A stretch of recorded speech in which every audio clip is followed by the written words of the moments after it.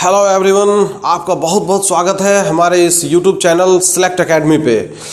तो आज के इस वीडियो में दोस्तों हम क्या डिस्कस करने वाले हैं, दैट इज़ स्ट्रेट लाइन से जुड़ी हुई जितने भी फॉर्मूले, जितने भी शॉर्ट ट्रिक्स, जितने भी कॉन्सेप्ट्स है, सारे कॉन्सेप्ट्स इस वीडियो के अंदर डिस्कस किए जाएंगे। इस वीडियो को पूरा ज़रूर देखिएगा।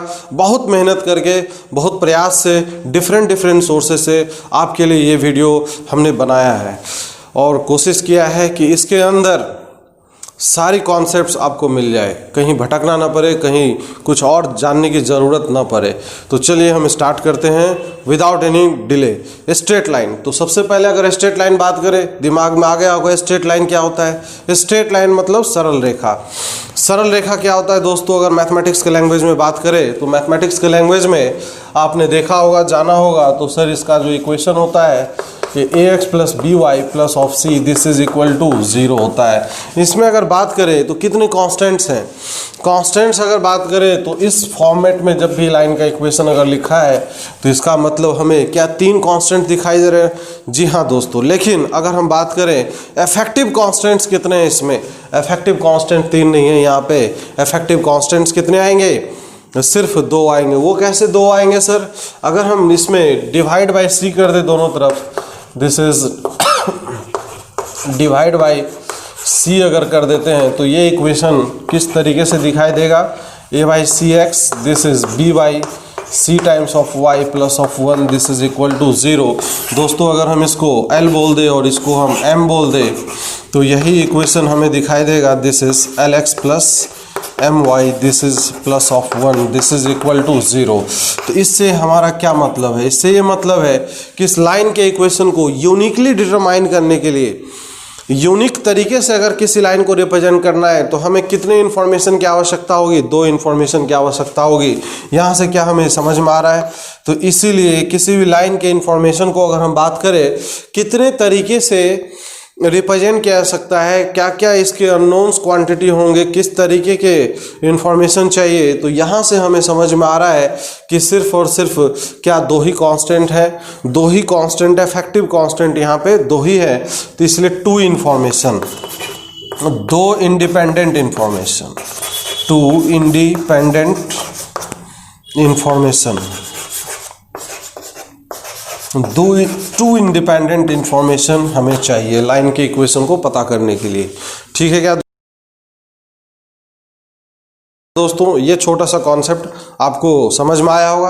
अब हम इसमें बहुत सारी बातें करेंगे। सबसे पहले हम लाइन के लिए अगर बात करें तो स्लोप का बात करेंगे, है कि नहीं, that is slope of A line. तो स्लोप ऑफ लाइन क्या होता है इसको समझते हैं, what is called the slope of line.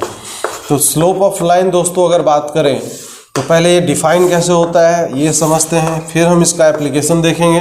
That is slope of the line. तो स्लोप ऑफ द लाइन क्या होगा, जैसे अगर कोई लाइन है, अगर ये एक्स एक्सिस है और ये है क्या है, वाई एक्सिस है, तो एक्स एक्सिस से एंटी क्लॉकवाइज डायरेक्शन में अगर ये लाइन थीटा एंगल बना रहा है तो दोस्तों इसका स्लोप कैसे डिफाइन करते हैं, तो सर यहाँ पे जो स्लोप आएगा इसका जो tan वैल्यू होगा m equal to this is tan theta, this is called the slope of the line. ये ध्यान रखना है कि थीटा जो होना चाहिए वो थीटा एंटी क्लॉकवाइज सेंस में, ACW मतलब एंटी क्लॉकवाइज सेंस में, कहाँ से, from the positive x axis. ये भी बहुत इंपॉर्टेंट लाइन है, फ्रॉम पॉजिटिव एक्स एक्सिस।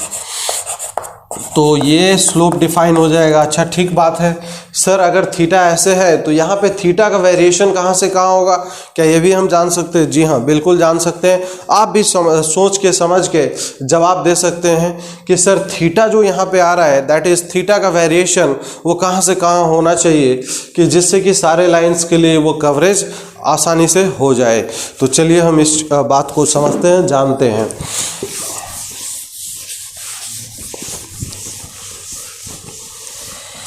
हाँ तो दोस्तों थीटा का वेरिएशन हम जानने की कोशिश कर रहे थे। तो बच्चों यहाँ पे अगर बात करें तो दैट इज थीटा जैसे सपोज दैट अगर कोई ये लाइन है तो सर थीटा ही आएगा। अब इसी लाइन को थोड़ा सा आगे अगर शिफ्ट कर दे तो सर थीटा बढ़ते जा रहा है, थोड़ा और आगे कर ले तो सर थीटा और आगे हो गया, बिल्कुल ऐसे ही इस तरीके से कर ले तो सर ये 90 हो गया, अगर इस तरीके से कर ले तो सर ये कुछ 90 से ज़्यादा एंगल आएगा। ठीक बात है। यहाँ से और ऐसे चले जाएंगे तो सर ये और 90 से ज़्यादा एंगल आ गया। तो मतलब इस तरीके से हम देख रहे हैं क्या, और ये इस तरीके से नीचे की तरफ आएगा तो इसका मतलब इस पोजीशन में क्या सर ये थीटा जो एंगल है इस पोजीशन में जब एक्स एक्सिस खुद बन जाएगा तो क्या ये 180 होगा।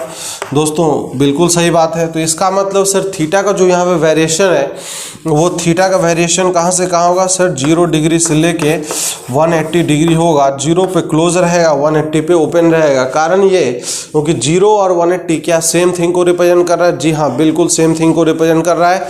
ये बहुत इंपॉर्टेंट बात है कि नहीं। अच्छा, 0 से लेके 180 के बीच में एक 90 भी आता है। हाँ, 90 आता है उसका tan वैल्यू। हम जानते हैं जब एंगल 0 से लेके 90 होता है तो इसका मतलब क्या फर्स्ट क्वाड्रेंट में है। बिल्कुल फर्स्ट क्वाड्रेंट में है। फर्स्ट क्वाड्रेंट में है इसका मतलब क्या है कि सर उसका tan वैल्यू पॉजिटिव आएगा। हाँ, एंगल मतलब सर 0 से लेके 90 होगा तो स्लोप का वैल्यू दोस्तों क्या आएगा, पॉजिटिव आएगा। और फिर अगर एंगल का वैल्यू 90 से 180 के बीच में अगर होगा, फ्रॉम 90 टू 180, इसका मतलब एंगल क्या ऑब्ट्यूज है। ऑब्ट्यूज के सेंस में जो एंगल का वैल्यू आएगा दैट इज स्लोप का वैल्यू आएगा। स्लोप का वैल्यू क्या है, इस केस में निगेटिव आने वाला है। बिल्कुल सही बात है। तो यहाँ पे हमने देखा कि दो केस सर यहाँ पे जब थीटा 0 से लेके 90 अगर होगा, 0 से लेके 90 होगा तो इस केस में क्या होगा, इस केस में सर स्लोप जो आएगा वो पॉजिटिव आएगा। बिल्कुल सत्य वचन है। फिर नेक्स्ट अगर बात करते हैं जब थीटा का वैल्यू 90 से लेके 180 के बीच में होगा तो इस केस में स्लोप जो m का वैल्यू है क्या ये निगेटिव आएगा। बिल्कुल सत्य वचन है। इसका मतलब स्लोप से हमें क्या समझ में आया कि स्लोप अगर किसी स्ट्रेट लाइन का अगर निगेटिव है तो इसका मतलब वो एंगल 90 से अधिक बनाएगा, और स्लोप किसी का अगर पॉजिटिव है तो वो एंगल 0 से लेकर 90 के बीच में बनाएगा। इतना क्लियर है क्या। चलिए नेक्स्ट आगे हम बढ़ते हैं। इसमें और भी इसका जो एप्लीकेशन है, यूटिलाइजेशन है, what is the application of the slope.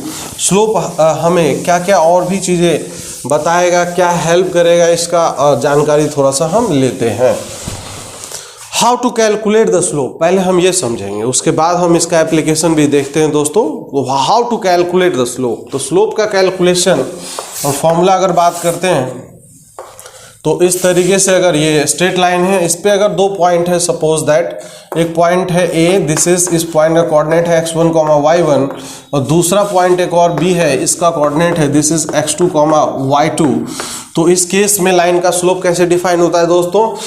Angle का कैलकुलेशन अगर देखें तो सर ये स्ट्रेट लाइन है तो ये एंगल अगर थीटा है तो ये भी एंगल क्या होगा, थीटा। ये अगर देखें यहाँ से अगर परपेंडिकुलर इस पे ड्रॉप कर देते हैं तो सर ये इस तरीके से परपेंडिकुलर आएगा। सही बात है। ये डिस्टेंस आ जाए और ये डिस्टेंस आ जाए तो इसका tan वैल्यू निकाल सकते हैं। बिल्कुल जी हाँ, इसका सर कैलकुलेशन करेंगे तो क्या ये y2 माइनस y1 आ जाएगा। इसका कैलकुलेशन अगर करते हैं तो this will be x2 minus of x1। तो सर स्लोप यहाँ पे that is equal to m equal to tan of theta, तो ये आ जाएगा y2 minus of y1 upon में क्या आएगा, this is x2 minus of x1। यही स्लोप हो जाएगा। मतलब y कोऑर्डिनेट का डिफरेंस और x कोऑर्डिनेट का जो डिफरेंस होगा क्या यही स्लोप आएगा निकल के, यही स्लोप आएगा निकल के। इसमें कोई समस्या और परेशानी जैसी बात नहीं है। तो इस तरीके से स्लोप निकालने के लिए अगर लाइन पे कोई भी दो पॉइंट अगर मौजूद है, उसका कोऑर्डिनेट पता है, तो क्या हम स्लोप फाइंड आउट कर सकते हैं। जी हाँ, मतलब अगर हम बात करें 1, -1 एक पॉइंट है, दूसरा अगर बात करें 2, -3 है, तो क्या इसका स्लोप निकाल सकते हैं। बिल्कुल एक लाइन में निकाल सकते हैं।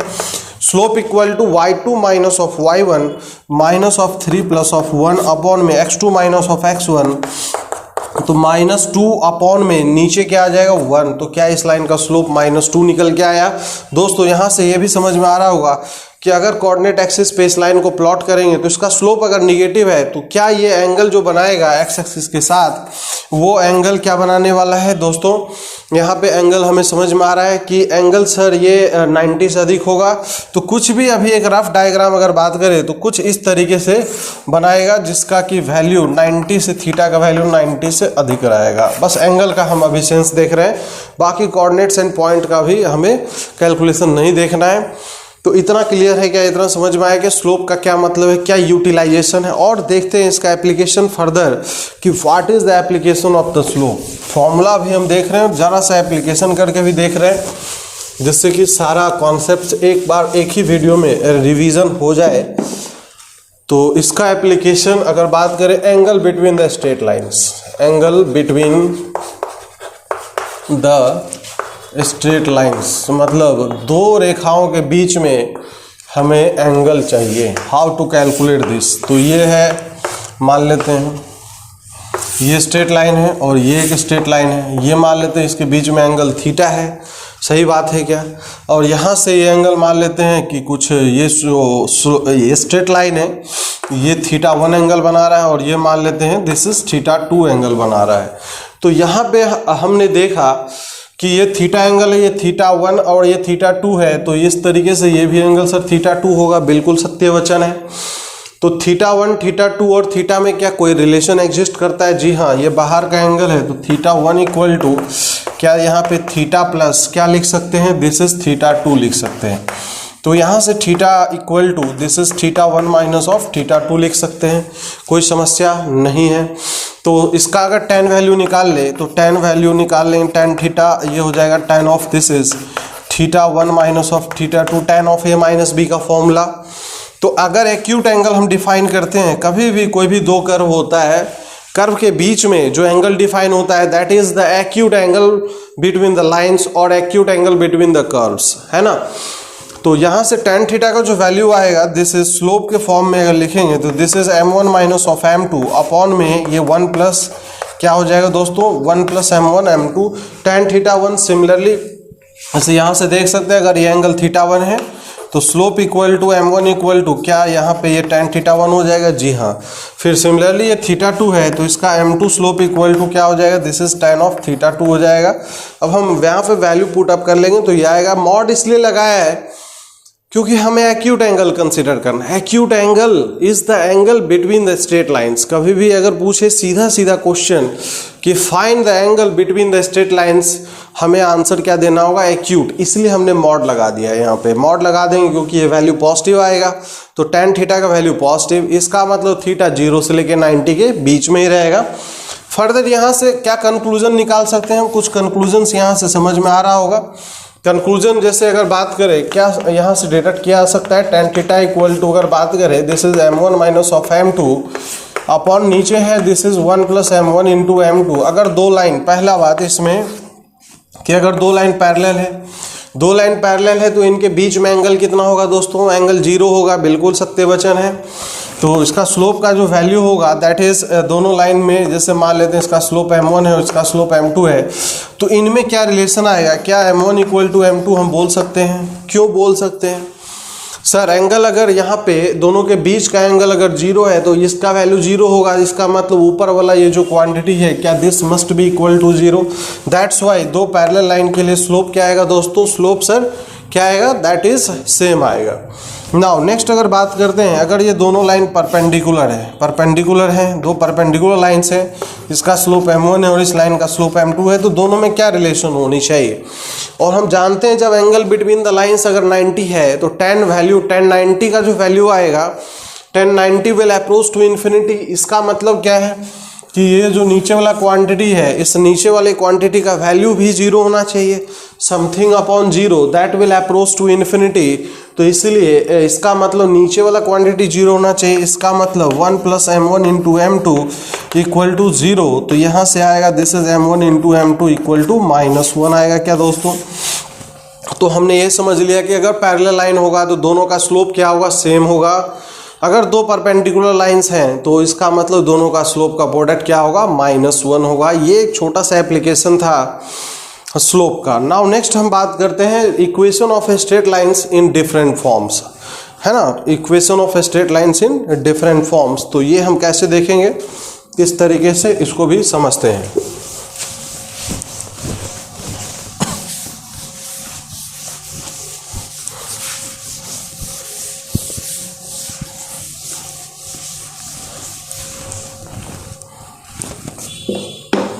Equation of straight lines in different forms. Equation of straight lines. Equation of straight lines. तो सबसे पहला हम पॉइंट स्लोप फॉर्म देखेंगे, point slope form. Point slope form तो ये क्या है सर? पॉइंट स्लोप फॉर्म क्या होता है? मतलब कोई अगर लाइन है, कोई स्ट्रेट लाइन है इस तरीके से, ये कोऑर्डिनेट एक्सिस है y एक्सिस, ये x एक्सिस, इस पे कोई पॉइंट दिया हुआ है दोस्तों, पॉइंट Px1, y1 है, और इस लाइन का हमें क्या दिया हुआ है? स्लोप। स्लोप मतलब ये एंगल थीटा दिया हुआ। तो इस लाइन का इक्वेशन कैसे निकालेंगे? ये इस लाइन का इक्वेशन, तो सर कोई एक वेरिएबल पॉइंट x, y ले सकते हैं, इस दोनों पॉइंट के हेल्प से भी स्लोप आएगा। और सर ये tan theta m, that is m is given, slope m is equal to given. तो इसका इक्वेशन क्या होगा दोस्तों? इक्वेशन क्या स्लोप हम इस लाइन का इससे, इस दोनों के हेल्प से निकाल सकते हैं? जी हाँ। तो ये हो जाए y minus of y1 upon में this is x minus of x1 equal to slope is m। m मतलब यहाँ पे tan theta, m equal to क्या हो जाएगा? This is tan of theta, ये गिवन है। तो यहाँ से अगर इसको इधर ट्रांसफर कर ले तो y minus of y1 equal to m times this is x minus of x1। क्या यही अपने पास जो इक्वेशन आएगा? This is called the point slope form. मतलब point x1, y1 is given point and this is what m is the slope of the line. तो इसका मतलब अगर दो चीजें अगर पता हो किसी भी लाइन के लिए, उसके ऊपर एक पॉइंट और दूसरा उसके ऊपर क्या? स्लोप, तो उसका स्लोप अगर पता हो, लाइन का इक्वेशन हम फाइंड आउट कर सकते हैं। बिल्कुल सही बात है, यही फॉर्म होता है ओरिजिनल फॉर्म, जिससे कि हमें इक्वेशन निकालने में मदद मिलती है। अब दूसरा अगर बात करें इसी में 2 पॉइंट फॉर्म, तो 2 पॉइंट फॉर्म क्या हो जाएगा? 2 पॉइंट फॉर्म मतलब अगर कोई लाइन सर 2 पॉइंट से होकर पास कर रहा है तो उसका इक्वेशन x1, y1 और पॉइंट बी है दिस इज x2, y2, इसका इक्वेशन लिख सकते हैं क्या? जी हाँ, लिख सकते हैं। 2 पॉइंट फॉर्म, 2 पॉइंट अगर दिया है, क्या इस दोनों के हेल्प से स्लोप निकाल सकते हैं? किसी भी एक पॉइंट को हम कंसीडर कर लेंगे तो इक्वेशन क्या हो जाएगा? y minus of y1 this is equal to y2 minus of y1 upon this is x2 minus of x1 and this is what? x minus of x1। तो दोस्तों यहाँ पे हमने क्या देखा? ये क्या है? ये स्लोप है सर। तो वही फिर से पॉइंट स्लोप फॉर्म का ये सेकेंड वर्जन है, उसका एक्सटेंशन है, बिल्कुल सत्य वचन है। नाउ नेक्स्ट तीसरा फॉर्म अगर बात करें that is third form. Third form अगर बात करें that is slope intercept form. Slope intercept form, slope intercept form, intercept form of the line. Slope intercept form में क्या होगा? लाइन का स्लोप दिया होगा और इंटरसेप्ट दिया होगा। इंटरसेप्ट मतलब क्या कि अगर कोई स्ट्रेट लाइन है इस तरीके से जो y एक्सिस को पॉइंट 0, c पे काट रहा है, मतलब ये y एक्सिस का इंटरसेप्ट दिया हुआ है। इस लाइन का और क्या दिया हुआ है? स्लोप m दिया हुआ है। तो m दिया हुआ है तो क्या इसका इक्वेशन हम लिख सकते हैं? बिल्कुल लिख सकते हैं सर। पॉइंट 0, c है तो y minus c this is equal to slope is m, x minus 0 this is, simplify करेंगे तो ये equation y equal to m x plus c देगा। बस इसमें ये ध्यान रखना है कि अगर कोई स्ट्रेट लाइन का फॉर्म इस तरीके से दिखाई दे y equal to m x plus c, तो इस फॉर्म में यहाँ पे जो x का कोफिशिएंट होगा that will give the slope and ये c क्या देगा? c इज y इंटरसेप्ट, ये होगा y इंटरसेप्ट। मतलब y एक्सिस को कहाँ पे काट रहा है? अगर ये पॉजिटिव है तो प्लस x में पॉजिटिव y में काटेगा, अगर ये निगेटिव है तो निगेटिव y एक्सिस में काटेगा, नीचे की तरफ काटेगा। और ये m क्या है दोस्तों? यहाँ पे दैट इज स्लोप है। स्लोप है, इसमें कोई घबराने जैसी और कोई समस्या जैसी, कोई परेशानी जैसी बात नहीं है। ठीक है, क्या क्लियर है? इतना सब समझ में आ रहा है? बढ़िया लग रहा है। और भी कई सारी बातें अभी हम डिस्कस करने वाले हैं, सारे कॉन्सेप्ट्स का रिवीजन हो जाएगा आपका इस वीडियो में। बने रहिए, अच्छे से देखिए, कंप्लीट वीडियो को देखिए, इसमें आपको कई सारी इंपॉर्टेंट जानकारियां मिलेगी, कई सारे शॉर्ट ट्रिक्स भी मिलेंगे। अभी हम देखते हैं, आगे देखते हैं क्या क्या आपको मिलने वाली है।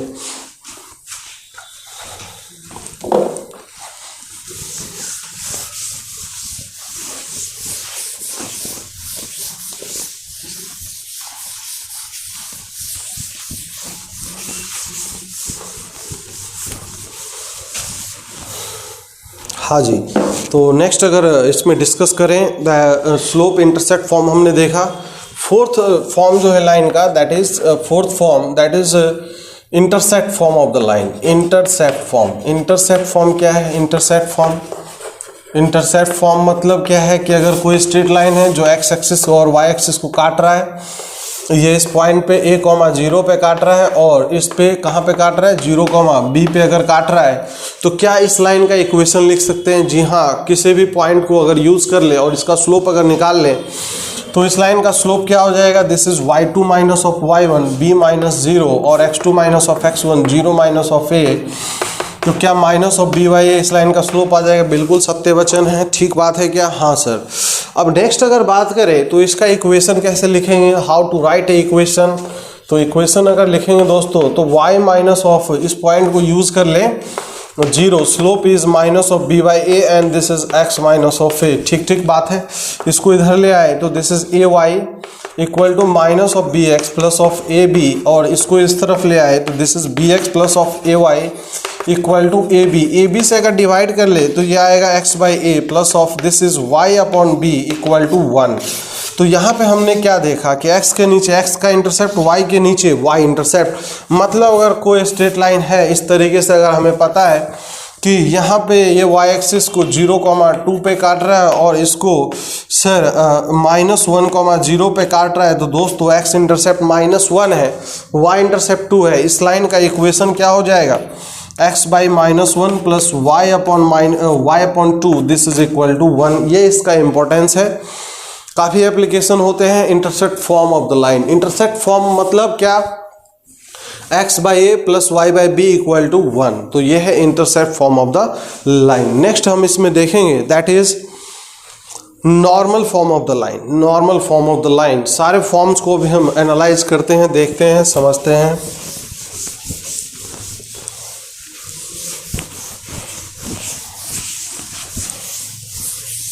Normal form of the line, that is normal form of the line. Fifth अगर बात करें दोस्तों, normal form of the line. Normal form क्या है? नाम से क्या फीलिंग आ रहा है? नॉर्मल मतलब कोई अगर स्ट्रेट लाइन है, पहले फीलिंग समझते हैं कि what is information given. Normal form में क्या होता है? अगर कोई लाइन है, यहाँ से अगर परपेंडिकुलर ऑरिजिन से डालते हैं, ये लेंथ अगर p है और ये परपेंडिकुलर जो है ये अल्फा एंगल बना रहा है, तो इसका इक्वेशन क्या होगा? है कि नहीं? मतलब इंफॉर्मेशन क्या दिया है? That information is given perpendicular from origin to this line OP length दिया हुआ है P, and information is given that this line is making an angle alpha with the x axis। तो इस केस में अगर बात करें दोस्तों तो इसका इक्वेशन आ जाएगा this is x cos of alpha plus this is y sine of alpha this is equal to p। है कि नहीं? इसमें ध्यान रखिएगा p का वैल्यू ग्रेटर देन 0 होता है। दूसरा, यहाँ पे जो अल्फा है, अल्फा का वेरिएशन आएगा दिस इज 0 से लेके 2 पाई आएगा। ये आपके लिए सोचने की बात है कि ऐसा क्यों हो रहा है। अल्फा का वेरिएशन जैसे से हम आगे की तरफ आएंगे, आगे जाएंगे, ये बढ़ता जाएगा, फिर 180 आएगा, फिर 180 को क्रॉस भी कर सकता है। क्रॉस कैसे करेगा? इस तरीके से अगर मान लेते हैं ये स्ट्रेट लाइन है तो ये पॉजिटिव एक्स एक्सिस से ही हमेशा ऐसा कैलकुलेशन होगा, ऐसे आएगा। तो इस केस में जो एंगल आएगा, क्या ये 180 से अधिक भी आएगा? बिल्कुल जी हाँ, 360 तक जा सकता है। और P जो है यहाँ पे ये पॉजिटिव होना चाहिए। और दूसरा, जो यहाँ पे x का कोफिशिएंट cos अल्फा और y का कोफिशिएंट क्या है? sin alpha. तो ये ध्यान रखेंगे कि कोफिशिएंट ऑफ x का स्क्वायर प्लस दूसरा फिर कोफिशिएंट ऑफ y इसका स्क्वायर अगर करेंगे that is cos square alpha plus sin square alpha 1 आएगा निकल के। है कि नहीं? P क्या है यहाँ पे? P length of perpendicular from origin to the line.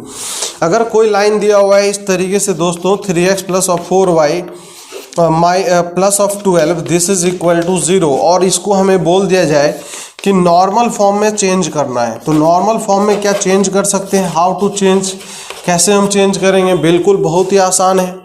अभी जो हमने बताया है आपको उस तरीके से अगर समझने का प्रयास करें तो देखिए कैसे करते हैं। और इसको कुछ नहीं करना दोस्तों, 3x plus 4y equal to 12 है, इसको पहले इधर ट्रांसफर कर लेंगे, -12 करेंगे। ठीक है, बढ़िया, समझ में आ रहा है। अब यहाँ पे P क्या था? पॉजिटिव होना था, तो पहले इसको हम क्या करेंगे? पॉजिटिव बनाएंगे, माइनस से मल्टीप्लाई कर लेंगे, तो दिस विल में -3x minus of 4y equal to 12 आ जाएगा। अब हमारा काम यह है, यहाँ पे 1 और 1 होना चाहिए, तो दोनों तरफ हम इक्वेशन जो है this is divide by divide by under root of coefficient of X का स्क्वायर, ये आएगा 9, और ये कोफिशिएंट ऑफ वाई का स्क्वायर 16, मतलब अंडर रूट 25 5 आएगा। तो 5 से दोनों तरफ डिवाइड कर देंगे, तो this will change -3x/5 minus of 4 और y अपॉन में 5 and that is equal to 12/5। तो दोस्तों यहाँ पे ये जो है this is the normal form, now it is perfect. ये normal form of the equation of line है। तो इस तरीके से हम चेंज कर सकते हैं। नाउ नेक्स्ट एक और फॉर्म है जिसके बारे में हम डिस्कस करते हैं, that is very important form, बहुत ही इंपॉर्टेंट फॉर्म है। उसका एप्लीकेशन अलग अलग तरीके से अलग अलग टाइप के क्वेश्चन में अप्लाई होता है, that is parametric form of the equation of the line. Parametric form of the equation of line,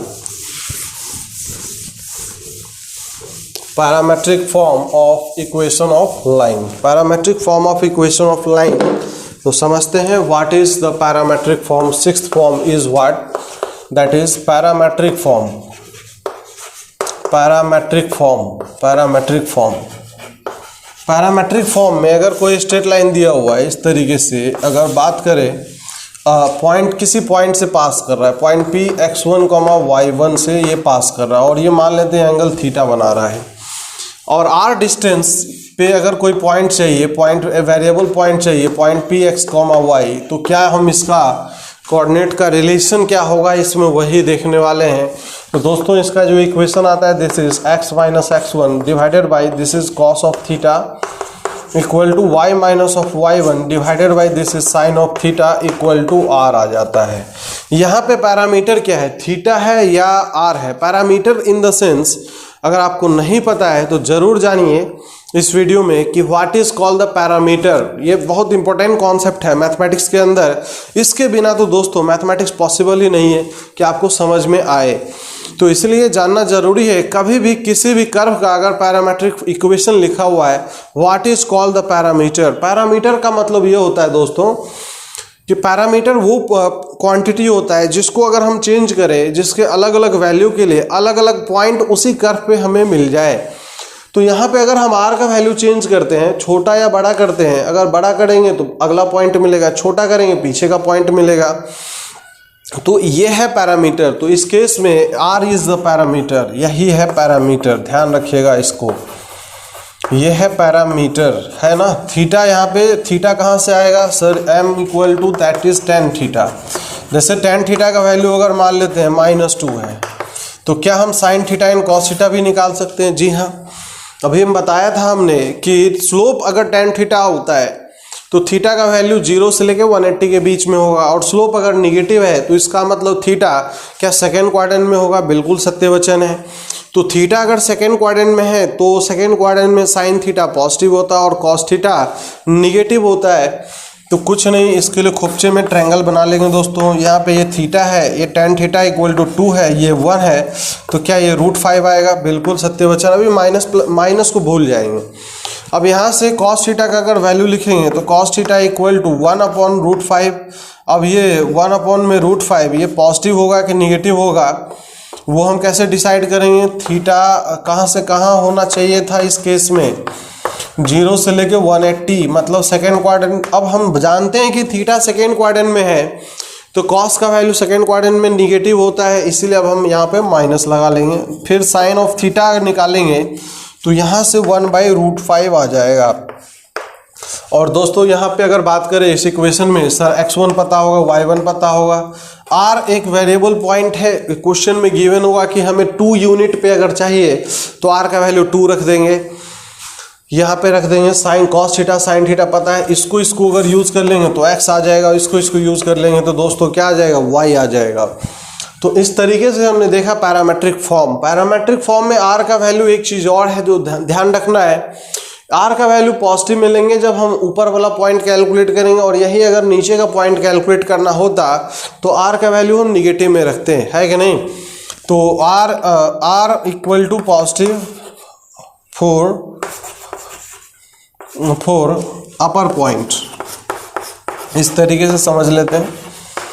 और फिर यहाँ से अगर डिस्कस करें r equal to negative for lower point, है कि नहीं। फॉर लोअर पॉइंट दोस्तों। तो ये है parametric form of the equation of line. This is very important, बहुत ही ज़्यादा इंपॉर्टेंट है, याद रखिएगा। पैरामीटर यहाँ पे क्या है, पैरामीटर है दोस्तों यहाँ पे आर है, ना कि थीटा है। Same equation, parametric equation circle के लिए भी होता है, लेकिन वहाँ पे दोस्तों क्या होगा, चेंज हो जाए सॉरी। हाँ, तो वहाँ पे दोस्तों थीटा जो है, पैरामीटर जो है वो चेंज हो जाएगा, पैरामीटर वहाँ पे थीटा हो जाएगा, ना कि आर होगा, है ना इक्वेशन। क्योंकि जब सर्कल का इक्वेशन हम देखते हैं तो वहाँ पे क्या होता है, इस तरीके से, जैसे अगर मान लेते हैं ये सर्कल है और इसका सेंटर है ये x1, y1 है, और इसका रेडियस अगर r है और यहाँ से ये एंगल थीटा है, तो क्या दोस्तों यहाँ पे थीटा अगर चेंज किया जाएगा तो हमें अलग अलग पॉइंट आएगा। देख सकते हैं आप कि सर यहाँ से ये जो थीटा होगा अगर चेंज किया जाए तो अलग अलग पॉइंट मिल सकता है। रेडियस तो कांस्टेंट होगा किसी एक सर्कल के लिए, तो वहाँ पे इसका जो इक्वेशन आएगा सेम आएगा। दैट इज इसका भी पैरामेट्रिक इक्वेशन दोस्तों यही होता है, x माइनस x1 बाई क्या होगा, this is cos of theta equal to y minus of y1 upon sine theta equal to r होगा। लेकिन यहाँ पे पैरामीटर क्या हो जाएगा, थीटा इज पैरामीटर। ये सब इम्पोर्टेंट बातें हैं, याद रखना है ना, छोटी छोटी बातें हैं लेकिन that is very important. Next हम और कुछ फॉर्मूले एंड कॉन्सेप्ट्स के ऊपर बात करते हैं। तो नेक्स्ट डिस्कस करने वाले हैं हम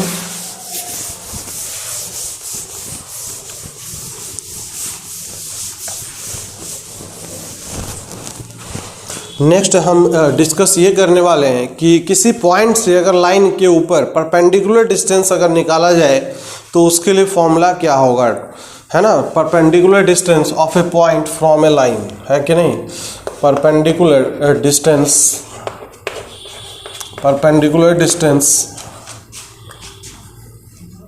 of A point P x1, y1 from line, कोई एक लाइन है इस तरीके से मान लेते हैं, दिस इज ax प्लस और by plus c, this is equal to 0 है ना, इस तरीके से दिया हुआ है। और हमें परपेंडिकुलर डिस्टेंस फाइंड आउट करना है। ये लाइन है और यहाँ से परपेंडिकुलर डिस्टेंस पॉइंट P से, दिस इज x1, y1 से कैलकुलेट करना है, दिस इज डिस्टेंस d। तो ये d डिस्टेंस क्या होगा, अगर ये लाइन का इक्वेशन दिया हुआ है, दिस इज ax प्लस और by plus c equal to 0, है कि नहीं। तो दोस्तों इस परपेंडिकुलर डिस्टेंस d का वैल्यू जो हो जाएगा, दैट इज अगर बात करें विदाउट अगर मॉड कैलकुलेट करते हैं डिस्टेंस, तो ये आता है minus times of this is ax1 plus of by1 plus of c divided by under root of this is a square plus of b square आ जाएगा। सही बात है क्या, बिल्कुल सत्य बच्चन है। लेकिन अगर d कैलकुलेट कर रहे हैं तो हमें d परपेंडिकुलर डिस्टेंस क्या यहाँ से हमें मॉड लेना पड़ेगा, d equal to this is, ये विथ साइन है, दिस इज एल्जेब्रिक डिस्टेंस, इसको बोलते हैं दिस इज एल्जेब्रिक डिस्टेंस,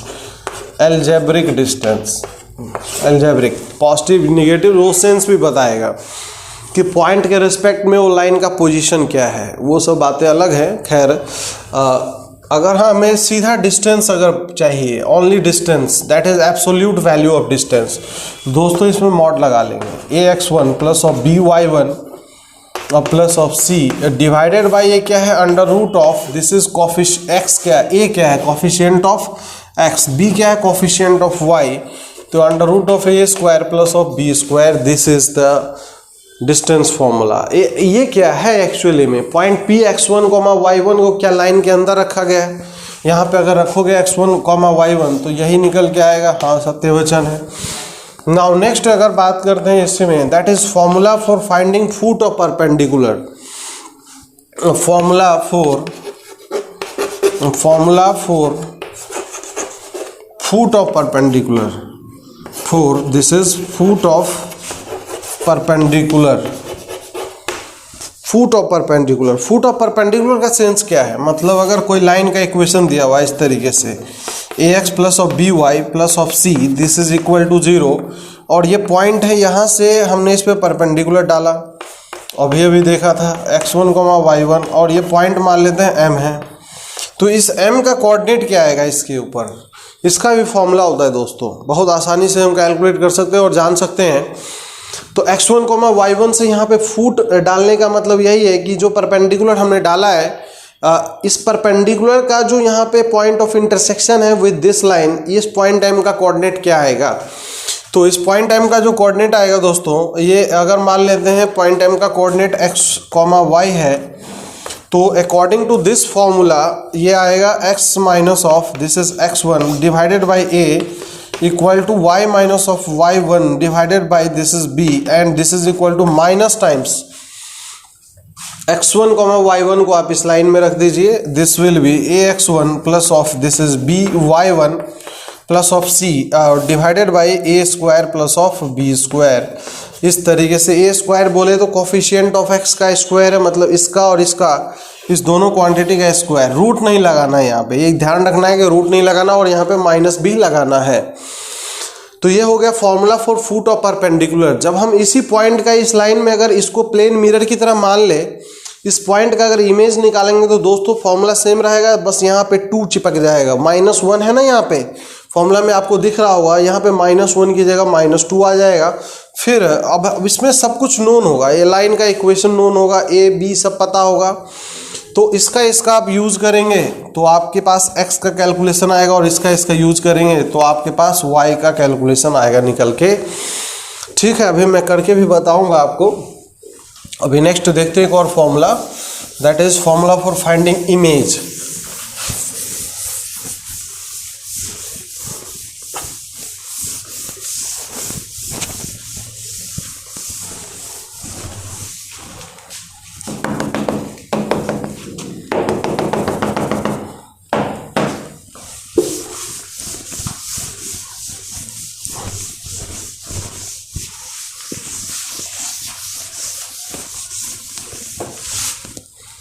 हाँ, नेक्स्ट जो फॉर्मूला हम इसमें देखने वाले हैं दोस्तों, that is image of A point. Image, formula for image.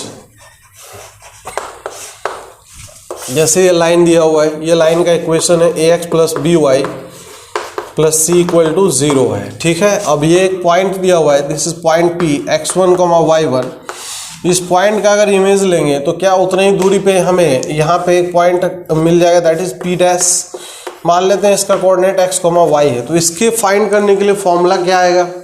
ये प्लेन मिरर है, दिस इज प्लेन मिरर। ये अगर प्लेन मिरर है तो हमें पता है प्लेन मिरर में जितनी दूरी पे ऑब्जेक्ट होता है, क्या उतनी दूरी पे इमेज बनता है और परपेंडिकुलर लाइन से ज्वाइन होता है। बिल्कुल सही बात है। तो सर ठीक बात है, इसका फॉर्मूला क्या आएगा P डैश के लिए, कैलकुलेशन के लिए। तो सब कुछ सेम रहेगा, जैसे फुट के लिए था, तो x minus of x1 divided by a, this is equal to y minus of y1 divided by this is b equal to minus of 2 times of, point रख देंगे लाइन में, ax1 plus of by1 plus c divided by में आ जाएगा, this is here a square plus of b square आ जाएगा। तो दोस्तों हमने देखा पिछला फॉर्मूला और इस फॉर्मूले में क्या डिफरेंस है, जरा सा अंतर है। यहाँ पे क्या है, -2 का अंतर होना भी चाहिए। अगर फुट निकालेंगे तो सर ये अगर r डिस्टेंस पे होगा तो यहाँ पे इमेज अगर निकालेंगे, सेम अगर बात किया जाए तो सर ये वाला जो डिस्टेंस होगा, क्या ये 2r हो जाएगा दोस्तों। बिल्कुल, तो इसलिए ऐसा होता भी है ना। इसका जो पैरामेट्रिक फॉर्म से अगर आप कैलकुलेट करेंगे, जो भी हमने बताया है parametric form of the equation of line, बिल्कुल यही फॉर्मूला निकल के आएगा। कोई समस्या और परेशानी जैसी बात नहीं है, बहुत आसान है, फॉर्मूला याद रखेंगे। जैसे एप्लीकेशन करके हम बताएं अगर कि how to apply this formula. Line का इक्वेशन दिया हुआ है, मान लेते हैं x plus 2y minus 1 equal to 0। दोस्तों एक पॉइंट दिया हुआ है इस तरीके से, मान लेते हैं 0,1 है, इसका इमेज क्या आएगा इसमें, P डैश। तो इसका कैलकुलेशन अभी करते हैं। P डैश, ये एग्जाम्पल था, एग्जाम्पल समझते हैं। तो सर P डैश का भी अभी आपने फॉर्मूला बताया है, इसका कोऑर्डिनेट हम क्या मान लेंगे दोस्तों, x, y मान लेंगे, फॉर्मूला लगाएंगे। तो this is x minus of x1, x minus of 0 divided by coefficient of x, कितना यहाँ पे 1 है, तो 1, दिस इज इक्वल टू फिर y माइनस ऑफ y1, तो y minus of 1 divided by coefficient of y, नीचे कितना आएगा, 2 आएगा। नाउ -2 टाइम्स, क्योंकि इमेज पूछ रहा है, फुट पूछता तो -1 आता, बिल्कुल सत्य वचन है। -2 टाइम्स, क्या इस पॉइंट को हम इस लाइन में रखेंगे? बिल्कुल रखेंगे। x के प्लेस पे 0, y के प्लेस पे 1, तो ये 0 + 2 -1 डिवाइडेड बाई a² + b² 1 + 4 इस तरीके से आएगा। अब नाउ नेक्स्ट अगर बात करते हैं तो ये x/1 this is equal to y - 1/2 this is equal to -2 times 2 - 1 that is 1 1 divided by 4 + 1 that is 5 आएगा। इस तरीके से आ जाएगा। नाउ अगर इसको यूज कर ले तो क्या x का वैल्यू आ गया? x इक्वल टू -2/5 आ गया। सही बात है। नाउ इसको अगर यूज कर ले तो y इक्वल टू दोस्तों 2 इधर जाएगा -4/5, फिर 1 उधर भेजेंगे तो 1 माइनस ऑफ दिस इज 4/5 ये निकल के 1/5 आएगा। तो पॉइंट P जो है P डैश जल्दी से निकल के आ गया। क्या आ गया? -2/5 कॉमा क्या आ गया? दिस इज 1/5 आ गया। कोई समस्या परेशानी नहीं है। तो इस तरीके से फॉर्मूले का हमने एप्लीकेशन भी देख लिया। नाउ नेक्स्ट जो हम फॉर्मूला देखने वाले हैं that is distance between the parallel lines. Distance between the parallel lines.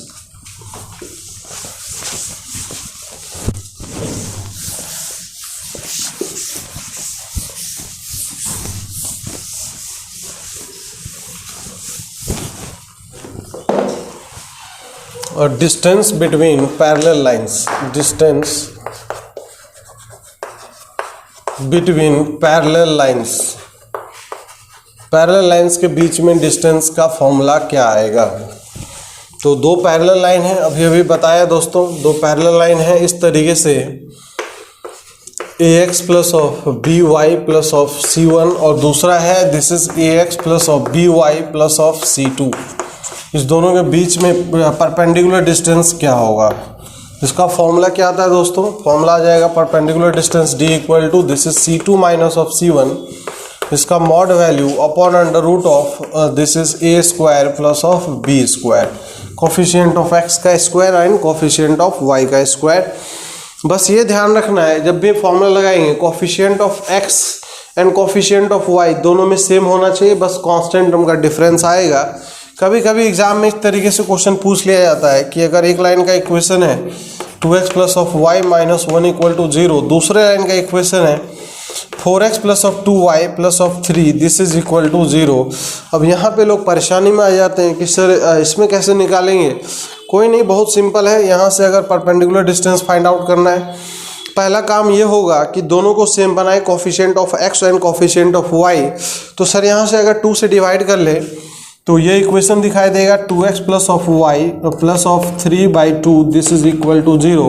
Now इसको c1 मान सकते हैं, इसको c2 मान सकते हैं। तो अब फॉर्मूला लगाएंगे तो d इक्वल टू क्या आ जाएगा दोस्तों? दैट इज 3/2 माइनस ऑफ -1, इसका mod value upon under root of coefficient of x 2 है सर 4 आएगा और यहाँ पे 1 आ जाएगा। तो 3/2 प्लस ऑफ 1 ये कितना आ जाएगा? 5/2 आएगा। तो दिस विल बी 5/2 और ये √5 आ जाएगा। तो इस तरीके से हम देख सकते हैं। इसको भी और सिंप्लीफाई कर ले तो ये √5/2 आएगा, है ना। तो फॉर्मूले के साथ साथ फॉर्मूले का एप्लीकेशन करना भी काफ़ी आवश्यक होता है मैथ्स के अंदर। सिर्फ फॉर्मूला से ही काम नहीं चलेगा। नाउ नेक्स्ट जो बहुत इंपॉर्टेंट फॉर्मूला, बहुत ही ज़्यादा इंपॉर्टेंट फॉर्मूला जो बहुत बड़े बड़े क्वेश्चन को आसान करने वाला है वो हम देखने वाले हैं। क्या देखने वाले हैं अभी हम जानते हैं क्या देखने वाले हैं। नाउ नेक्स्ट अगर डिस्कस करें कि एरिया ऑफ पैरेललोग्राम का फॉर्मूला देखने वाले हैं।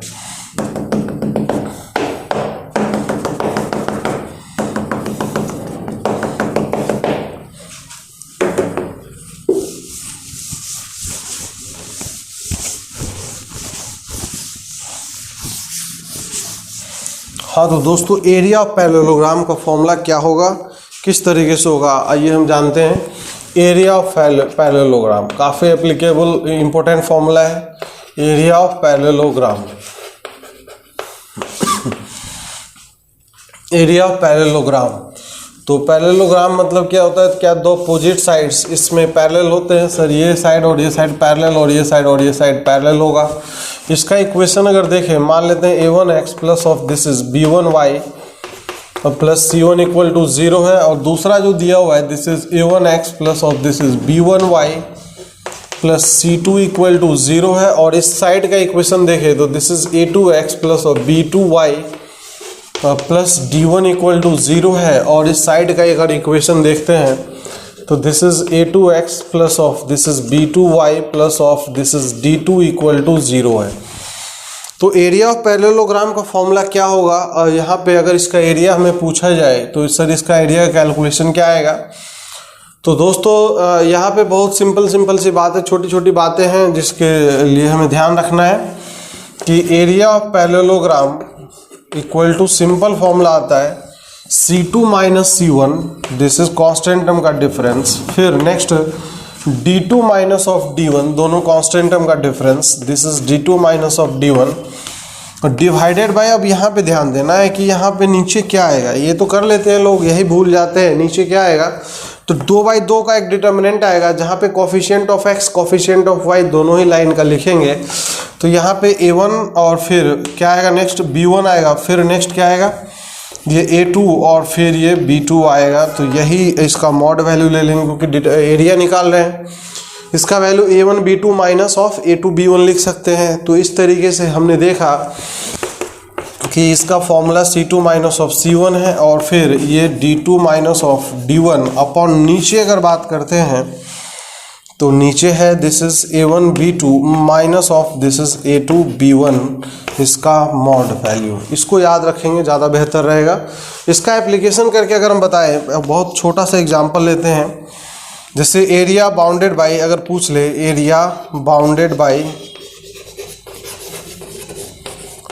By this curve, this is ax plus minus by plus minus c, this is equal to 0। क्या दोस्तों इसमें 4 लाइन है, क्या एक पैरेललोग्राम बनाएगा ये? अगर पैरेललोग्राम बनाएगा तो सिंपल क्वेश्चन हो गया, फिर हम फॉर्मूला का एप्लीकेशन देख सकते हैं। तो देखते हैं दोस्तों क्या ऐसा इसमें 4 लाइन है या नहीं। बिल्कुल सर 4 लाइन है। हाउ, किस तरीके से है?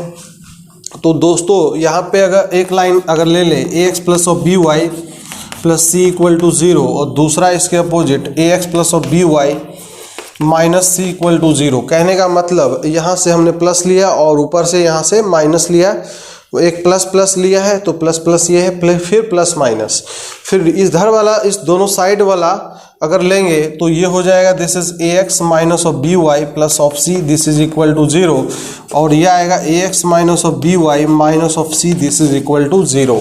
क्या इसका एरिया का फॉर्मूला बिल्कुल एप्लीकेबल है? हाँ, सत्य वचन है। C2 माइनस C1, तो C माइनस C एरिया क्या आएगा, this is area of parallelogram बन रहा है। हाँ सर बन रहा है।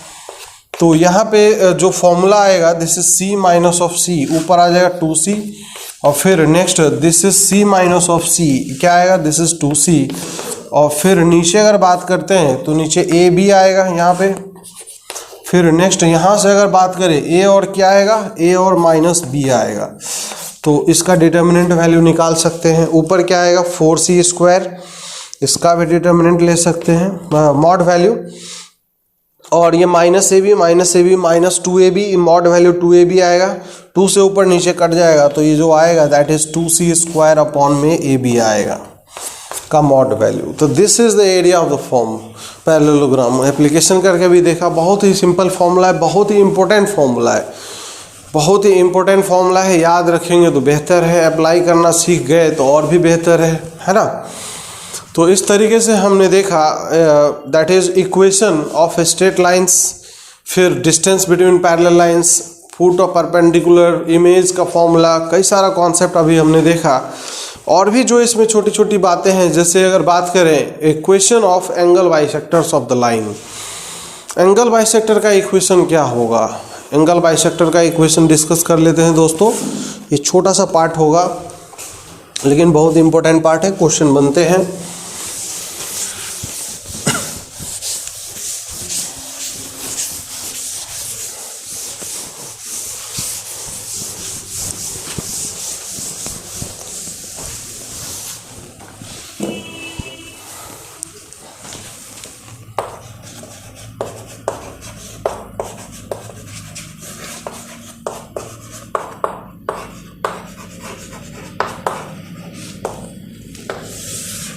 Equation of angle bisectors, angle bisectors. तो यहाँ से अगर दो स्ट्रेट लाइन दिया हुआ है इस तरीके से, तो मान लेते हैं इसका equation a1x plus of b1y plus of c1 this is equal to 0 है। फिर दूसरा दिया हुआ है a2x plus of b2y plus c2 equal to 0 है। ये दोस्तों दो लाइंस इंटरसेक्टिंग लाइंस होने चाहिए, ऐसा नहीं होना चाहिए अगर ये लाइन L1 इक्वल टू 0 और ये लाइन L2 इक्वल टू 0 है such that L1 is not parallel with L2, parallel नहीं है, नहीं तो इंटरसेक्ट नहीं करेंगे। इंटरसेक्ट नहीं करेंगे तो क्या होगा, फिर पैरेलल लाइन भी ये एंगल भी एग्जिस्ट नहीं करेगा। तो इसलिए एंगल बाइसेक्टर क्या होगा, दो होंगे इसमें, एक एक्यूट एंगल तो दूसरा क्या होगा ऑब्ट्यूज एंगल। ये एक्यूट एंगल मान लेते हैं बाइसेक्टर B1 है और दूसरा ये B2 है। दोनों का इक्वेशन कैसे लिखेंगे, तो दोस्तों इसका जो इक्वेशंस होता है, इक्वेशन इस तरीके से दिया जाता है। सिंपली जो लाइन दिया हुआ है this is a1x plus of this is b1y plus c1 upon this is under root of a1 square plus of this is b1 square equal to plus minus दूसरे लाइन का equation है a2x plus of b2y plus of c2 upon under root of coefficient of x का square a2 square plus of this is b2 square. क्या ये सत्य वचन है, बिल्कुल ठीक ठीक लग रहा है। तो इसमें प्लस माइनस दो इक्वेशन आ रहे हैं, एक प्लस से आएगा तो दूसरा किससे आएगा, माइनस से आएगा। तो दो इक्वेशन यहाँ पे, एक प्लस से तो दूसरा माइनस से आएगा। तो प्लस वाले को अगर कंसिडर करें तो a1x plus b1y plus c1 upon under root of this is a1 square plus of b1 square आएगा। और साथ साथ दूसरा अगर माइनस वाला अगर कंसिडर करें तो a2x plus of b2y plus of c2 upon under root में यही चीज़ आ जाएगा a2 square plus of b2 square आएगा।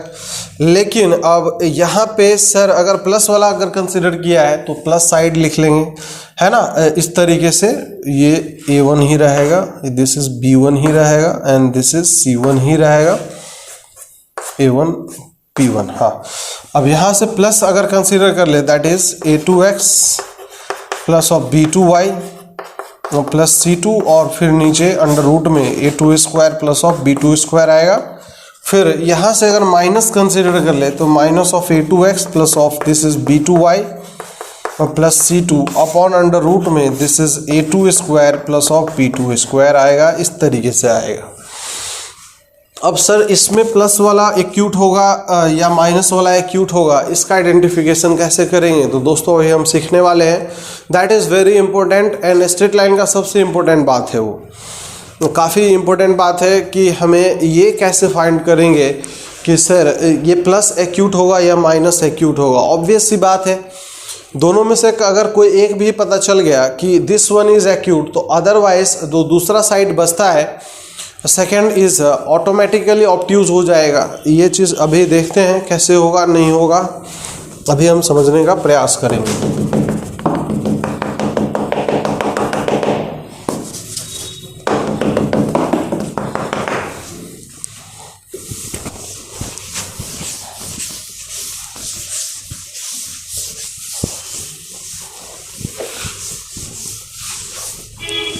तो दोस्तों अभी हम समझने वाले हैं आइडेंटिफिकेशन ऑफ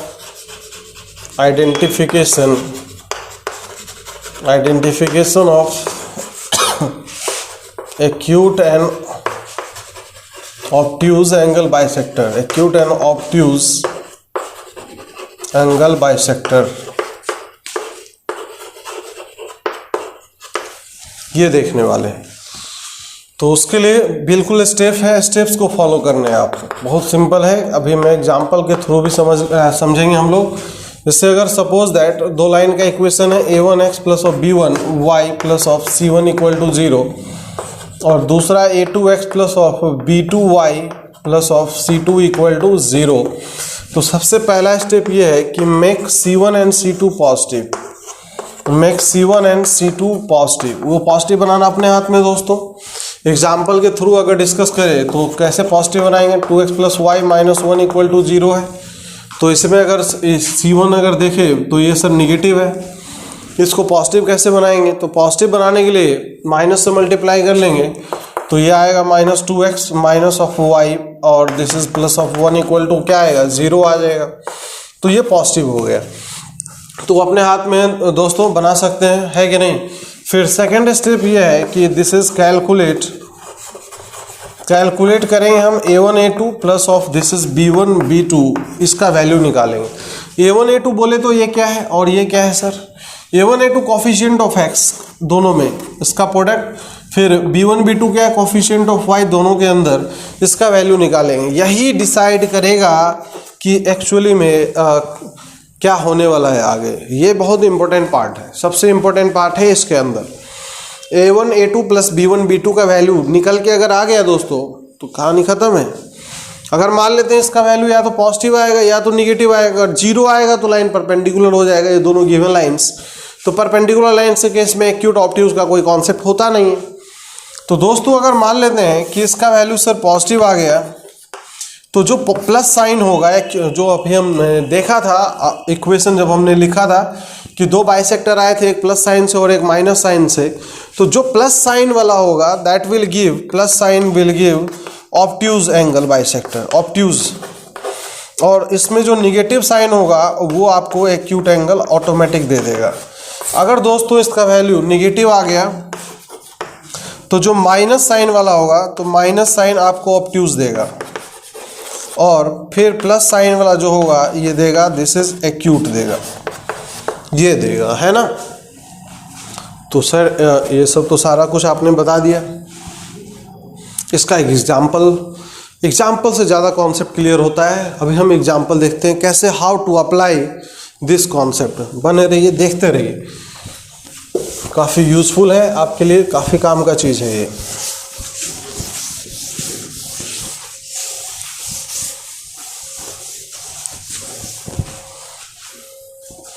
तो अगर एग्जाम्पल के तौर पे अगर डिस्कस करें, जैसे एज फॉर एग्जाम्पल एक लाइन दिया हुआ है अपने पास 3x plus of 4y and this is -1 equal to 0, ठीक है, बढ़िया। अब नेक्स्ट अगर बात करते हैं, एक लाइन दिया हुआ है दिस इज इस तरीके से कि sir this is given 4x minus of 3y और this is plus of 3, this is equal to 0 है। इस तरीके से ये दो लाइन का इक्वेशन गिवन है, क्लियर है क्या? अब ये इस तरीके से अगर दो लाइन का इक्वेशन अगर गिवन है, इसको भी प्लस कर लेते हैं। दो लाइन का अगर इक्वेशन गिवन है तो हमें अगर इसमें पूछा जाए कि find the equation of angle bisectors and identify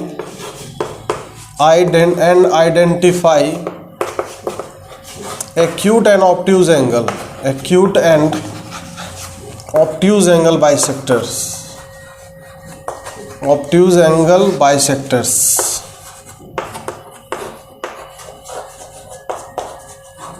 ठीक है। तो स्टेप्स क्या था, फॉलो द स्टेप्स क्या था, स्टेप फॉलो करेंगे तो दोस्तों बिना किसी रुकावट के, बिना किसी परेशानी के आंसर निकल के आएगा। तो यहाँ से अगर डिस्कस करें तो सबसे पहला कॉन्सेप्ट हमने बताया था कि जो C1 C2 है, यहाँ पे C1 C2 का वैल्यू हमें क्या कर लेना है, पॉजिटिव बना लेना है। पॉजिटिव बना सकते हैं, बिल्कुल। कैसे बनाएंगे पॉजिटिव? तो यहाँ पे ये माइनस है, माइनस से मल्टीप्लाई कर लेंगे तो ये हो जाएगा minus of 3x minus of 4y plus of 1 equal to 0। यहाँ पे ऑलरेडी पॉजिटिव है तो बिल्कुल वैसा ही लिख लेंगे। तो सर ये इक्वेशन को 4x plus of 3y plus of 3 this is equal to 0, कोई समस्या नहीं है। फिर पहला स्टेप सर हो गया। नाउ सेकेंड स्टेप, वैल्यू निकालेंगे a1 a2 plus of b1 b2। तो यहाँ से निकाल सकते हैं, कितना आएगा, माइनस ऑफ दिस इज 12, और फिर यहाँ से क्या आएगा, -12। तो ये जो वैल्यू है -24 आ गया, सही है। अब ये निगेटिव आया तो इसका मतलब माइनस साइन जो आएगा इक्वेशन जब वो लिखेंगे तो निगेटिव वाला क्या देगा, हमें ऑब्ट्यूज देगा, और सर पॉजिटिव वाला क्या देगा, एक्यूट दे देगा, है कि नहीं। This is the simplest method. अच्छा, ये निगेटिव पॉजिटिव क्या कर रहे हैं सर, इसको एक्सप्लेन करिए। बिल्कुल, अब इसका इक्वेशन यहाँ से एंगल बाइसेक्टर का इक्वेशन जब लिखेंगे, ध्यान रखेंगे यहाँ से लिखेंगे, ना कि यहाँ से लिखेंगे, क्योंकि ये ट्रांसफॉर्म्ड इक्वेशन है। तो ये लिखेंगे तो -3x minus of 4y plus of 1 divided by coefficient of x square plus coefficient of y square √25 आएगा, दैट इज 5 आएगा। फिर प्लस माइनस, फिर इक्वेशन में this is 4x plus of 3y plus of 3 upon में नीचे और ये 5 आ जाएगा, √25 5 आएगा। अब इसमें दो पार्ट में आएगा, this is positive and this is what, negative. Positive अगर डिस्कस करें तो 5 से 5 कैंसिल आउट हो जाएगा, फिर ये हो जाएगा -3x minus of 4y plus of 1 equal to this is 4x plus of 3y plus of 3 आएगा। इसको अगर इस तरफ ट्रांसफर कर ले तो ये माइनस ऑफ 7x आएगा और ये माइनस ऑफ 7y आएगा। 1 plus 3 minus of 2 this is equal to 0। अब ये -7 से अगर डिवाइड कर ले तो ये x plus of y plus 2/7 this is equal to 0। This is the equation. Now next अगर निगेटिव कंसिडर करें दोस्तों यहाँ पे, तो ये -3x minus of 4y plus of 1 minus of 4x minus 3y और ये फिर माइनस ऑफ 3 आएगा। इसको अगर इधर ट्रांसफर कर ले तो ये आएगा x, फिर माइनस ऑफ y और फिर क्या आएगा, this is plus of 4 this is equal to 0। अब इसमें से दो इक्वेशन है, ये एक इक्वेशन है और दूसरा इक्वेशन ये है।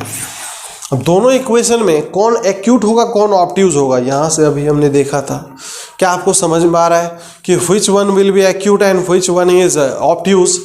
तो सर एक्यूट पॉजिटिव वाला, तो जो पॉजिटिव से आया है मतलब इस साइन से, तो सर ये एक्यूट होगा, दिस इज एक्यूट, ये एक्यूट होगा। और फिर निगेटिव से जो आया निकल के ये वाला, और ये क्या हो जाएगा, दिस इज ऑब्ट्यूज हो जाएगा, this is nothing but obtuse.